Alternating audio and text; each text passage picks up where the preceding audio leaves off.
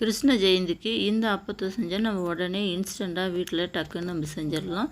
நம்ம வீட்டில் இருக்கிற பொருளை வச்சு ரொம்ப ஈஸியாக நல்லா டேஸ்டியாக செஞ்சிடலாம். எப்படின்னு பார்க்கலாம். ஒரு கப் அளவுக்கு பச்சரிசியை ஒரு 3 மணி நேரம் நல்லா சுத்தமாக கழுவிட்டு ஊற வச்சுக்கலாம். ஊற வச்ச அரிசியை மிக்ஸி ஜாரில் சேர்த்துக்கலாம். அரிசி மூழ்கிற அளவுக்கு தண்ணி விட்டுட்டு நல்லா நைஸாக அரைச்சிக்கணும்.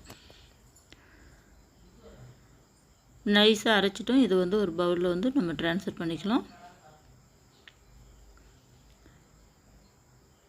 இப்போ இந்த பதத்தில் இருக்குது. இதுக்கு பதிலாக நான் ஒரு 3 வாழைப்பழம், நல்லா பழுத்த பழமாக இருக்கணும். அப்போ தான் நல்லா அப்பம் நல்லா சாஃப்டாக இருக்கும். இப்போ அதையும் அரைச்சி இதில் போட்டுட்டோம். ஒரு கப் அளவுக்கு கோதுமை மாவு சேர்த்துக்கலாம்.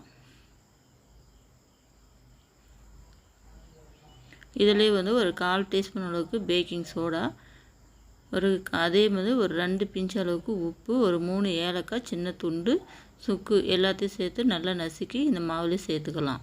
சேர்த்து எல்லாத்தையும் கலந்துக்கலாம்.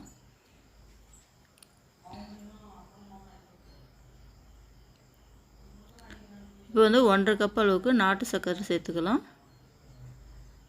நம்ம டேஸ்ட்டுக்கு இன்னும் கொஞ்சம் நல்லா டேஸ்ட்டு வேணும்னா இன்னும் ஒரு 1/2 கப்பு சர்க்கரை கூட சேர்த்துக்கலாம். இப்போ நாட்டு சர்க்கரை மற்ற சர்க்கரைங்களோட டேஸ்ட்டு கொஞ்சம் கம்மியாக தான் இருக்கும். அப்போ அந்த மாதிரி சமயத்தில் நம்ம வழக்கமாக போடுற உப்பை விட இன்னும் கொஞ்சம் உப்பு சேர்த்து போட்டோம்னா அந்த டேஸ்ட் பேலன்ஸ் ஆயிரும்.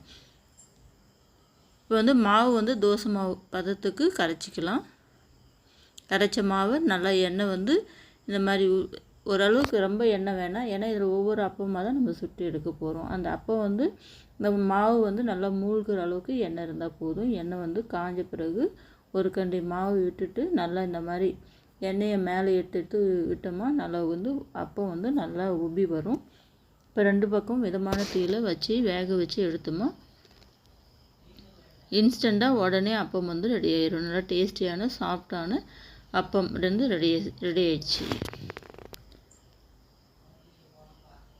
இந்த ரெசிபி உங்களுக்கு பிடிச்சிருந்தால் என்னோடய சேனலுக்கு லைக் பண்ணுங்கள், ஷேர் பண்ணுங்கள். டெய்ஸி விலாக் தமிழுக்கு சப்ஸ்கிரைப் பண்ணுங்கள். மீண்டும் அடுத்து ஒரு நல்ல வீடியோவில் சந்திக்கலாம். நன்றி, வணக்கம்.